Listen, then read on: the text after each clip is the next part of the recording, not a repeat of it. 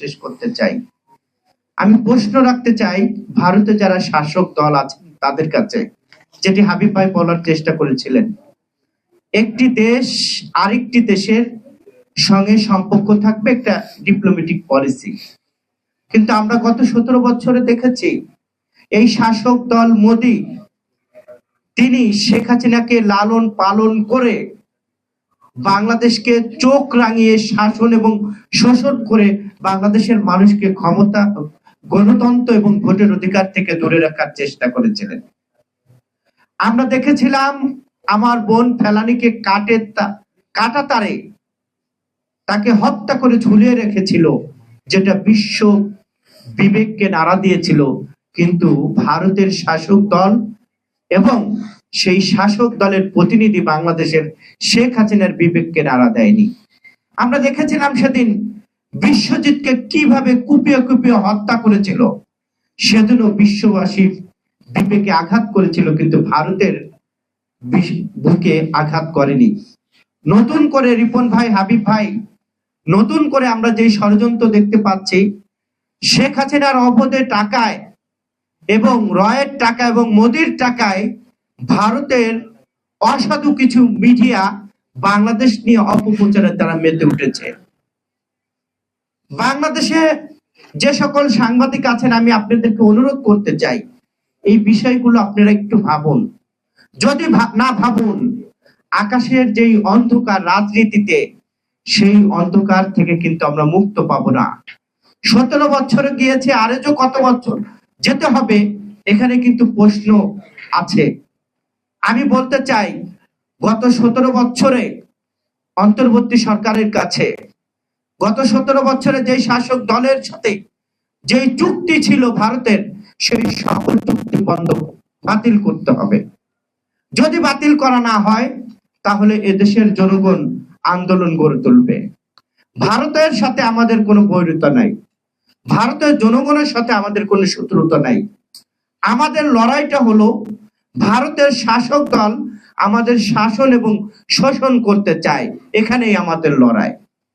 আমরা বাঙালি যুদ্ধ করতে জানি, জীবন দিতে জানি, গুম হতে জানি, আয়নার ঘরে থাকতে জানি।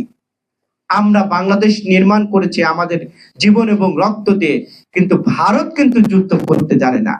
ভারত হলো একটা ভীতু জাতি, যারা গোমূত্র খেয়ে আমাদেরকে হুঙ্কার দেয় যে 1 মিনিটের মধ্যে বাংলাদেশ নাকি দখল করে নেবে।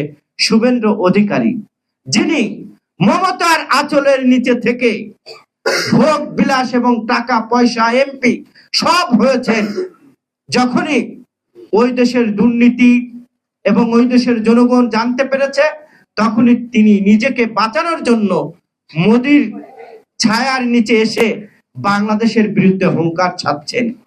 আমি শুভেন্দুকে বলতে চাই, শুভেন্দু, গোমূত্র খেয়ে বাহাদুরি করা যায় না।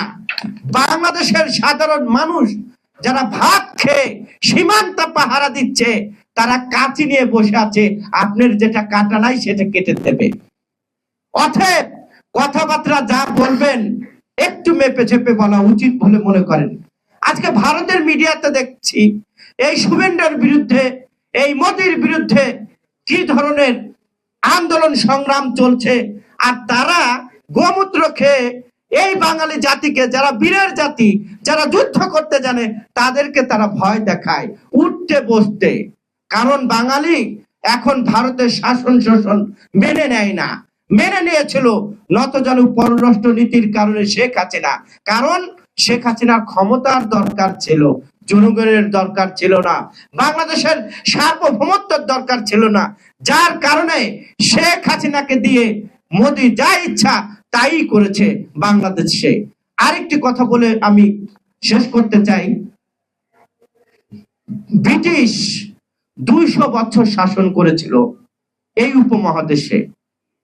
এই 200 বছর শাসন করে যত টাকা পয়সা লুট না করেছে, তার চেয়ে ভারত গত 17 বছরে শেখ হাসিনার দিয়ে বেশি লুট করেছে, বাংলাদেশকে একদম খালি করে দিয়েছে। তারা আবার বড় বড় কথা বলছে। এখন আমরা দেখছি ভারতের সোশ্যাল মিডিয়াতে কলকাতার ব্যবসায়ীরা ভিক্ষার হাতে থালি নিয়ে দাঁড়ে দাঁড়ে ঘুরছে, কারণ তাদের ব্যবসা হচ্ছে না।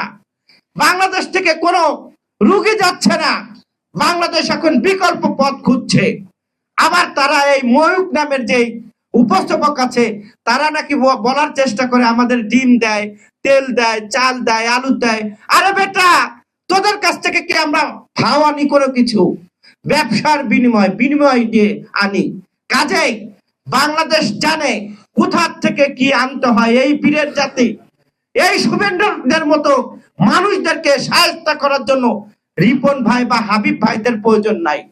আমাদের বাংলাদেশের কৃষকরাই একাই 100, তারা কাঁচি নিয়ে সীমান্তে বসে আছে এই শুভেন্দ্রদের যাদের কাটা নাই তাদের কেটে দিতে, অর্থাৎ খাতনা দিতে। কথাবার্তা যা বলবেন পরিষ্কার করে বলবেন। আমরা গোমূত্র খাই না, আমরা বাঙালি, আমরা যুদ্ধ করে বাংলাদেশ নির্মাণ করেছি। আপনাদের মতো দয়ার দানে দেশ পাইনি। সকলকে ধন্যবাদ জানিয়ে আমি আমার কথা শেষ করছি। দেখা হবে রাজপথে, কথা হবে স্লোগানে, হয় লাশ নয় ইতিহাস। আল্লাহ হাফেজ।